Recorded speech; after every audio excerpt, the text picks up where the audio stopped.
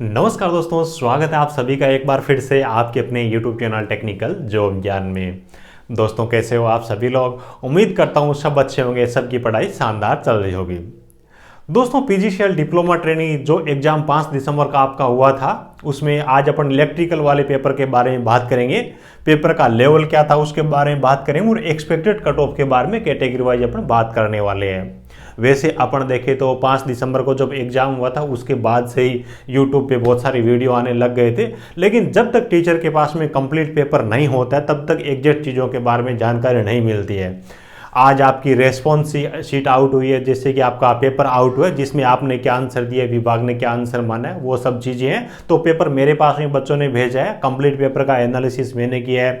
पीछे की जो पेपर्स है 2022 की बात कर ले, 2021 की बात कर ले, पेपर्स का लेवल उनका और इसका मैंने देखा है। पीछे की कट ऑफ के बारे में मैंने जाना है। उसके बाद में आज का वीडियो आपके सामने बनाने जा रहा हूँ। पेपर के लेवल के बारे में जानेंगे और एक्सपेक्टेड कट ऑफ के बारे में मेरी क्या ओपिनियन है उसके बारे में आज की इस वीडियो के अंदर अपन बात करने वाले हैं। बाकी जो भी बच्चा चैनल पे पहली बार विजिट कर रहा है, रिक्वेस्ट है कि चैनल को सब्सक्राइब जरूर कर लीजिएगा और सभी प्रकार की सरकारी तकनीकी भर्तियों की जानकारी के लिए टेलीग्राम चैनल जरूर ज्वाइन कर लीजिएगा।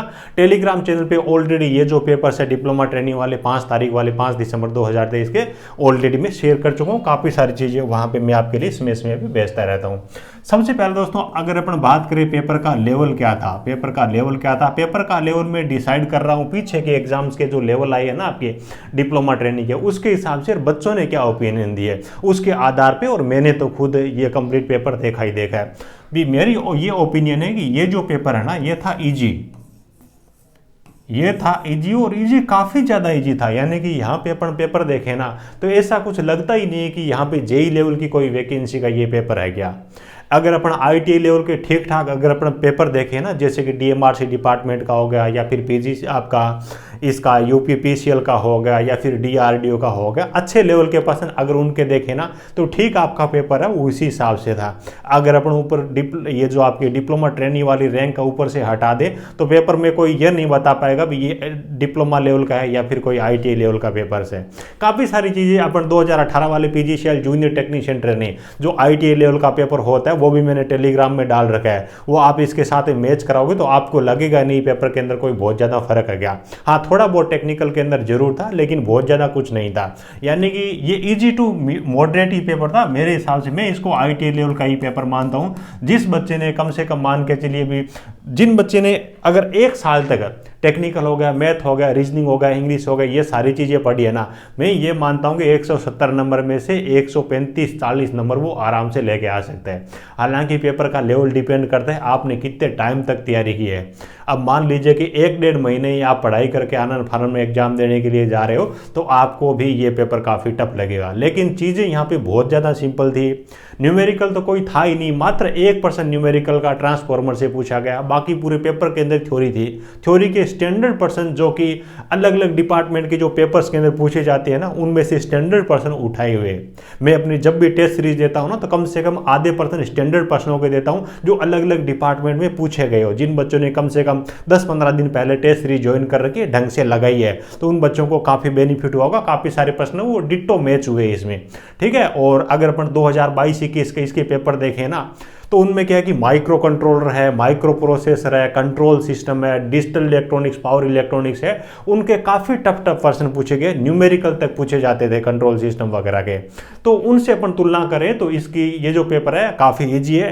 पिछली बार की तुलना में इसकी कट ऑफ लाजमी है कि ज़्यादा जाएगी, ठीक है।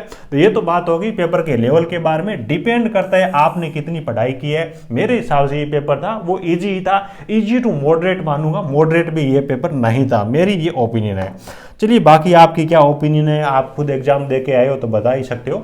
उसके बाद में बात कर लेते हैं दोस्तों इसकी कट ऑफ के बारे में बात कर लेते हैं, ठीक है। कट ऑफ के बारे में बात करें, पीछे की कट ऑफ 2022 की 21 की अगर अपन देखें ना तो 2022 वाली भर्ती के अंदर आपकी कट ऑफ है वो यूआर कैटेगरी के बारे में बात करें तो 60 है, 62 है, 63 है, यानी कि 66% के ऊपर तो किसी भी जोन के किसी की कैटेगरी की गई नहीं थी। इस प्रकार का वो पेपर था। अब एक्सपेक्टेड कट ऑफ के बारे में बात तो कर रहे हैं लेकिन ये कट ऑफ है ये भी अलग अलग जोन के हिसाब से वेरी होगी।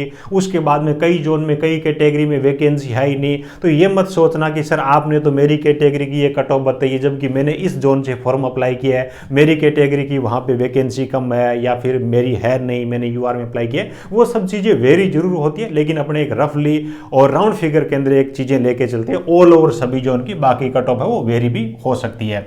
यूआर कैटेगरी के बारे में अगर अपन बात करें परसेंटेज के हिसाब से देखें ना, तो 70 से लेकर के 75% तक आपकी कट ऑफ जा सकती है। 70 से लेकर के 75% का मतलब ये है कि 120 नंबर से लेकर के 127 नंबर के बीच में आपकी कट ऑफ रह सकती है। इस 127 से 2-3 नंबर ऊपर भी जा सकते हैं, 130 को भी टच कर सकती है, क्योंकि पेपर का लेवल इजी था। केवल टेक्निकल ही नहीं, नॉन टेक भी काफ़ी इजी था।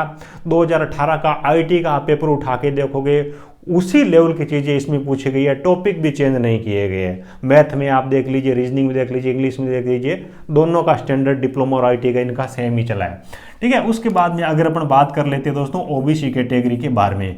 ओबीसी कैटेगरी के बारे में बात करें तो मेरे हिसाब से ओबीसी की जो कट ऑफ है नंबर के हिसाब से बात करें तो 118 से लेकर के 125 के आसपास में रह सकती है, 170 में से।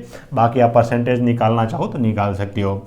उसके बाद में अगर अपन बात करें ईडब्ल्यूएस कैटेगरी की, ईडब्ल्यूएस में फॉर्म पर कम भरे गए थे हालांकि, लेकिन इसमें वैकेंसी भी कम थी। थोड़ी सी ओबीसी की तुलना में मेरे हिसाब से इसकी कट ऑफ है वो कम जा सकती है। 115 नंबर से लेकर के 120 के आसपास में आपकी कट ऑफ रह सकती है 170 नंबर में से। ठीक है, उसके बाद में एससी और एसटी के बारे में अगर अपन बात करें, मैं इनको राउंड फिगर में साथ में लेके चल रहा हूँ, थोड़ा बहुत इन दोनों के अंदर अंतर रह सकता है। ठीक है, ये चीज़ है। तो अगर अपन एससी एसटी के बारे में बात करें तो 110 प्लस ही रहेगी, 110 से लेकर के 115 के बीच में ये कट ऑफ रह सकती है। ठीक है, ये मेरी ओपिनियन है, एक रफली और राउंड फिगर के अंदर है, जोन के हिसाब से वेरी हो गई। कहीं पे मान लीजिए कि इलेक्ट्रिकल में कट ऑफ है वो 70% जा रही है, तो कहीं पे 74 भी जा सकती है, कहीं पे 68 भी जा सकती है, कहीं पे 76 भी जा सकती है।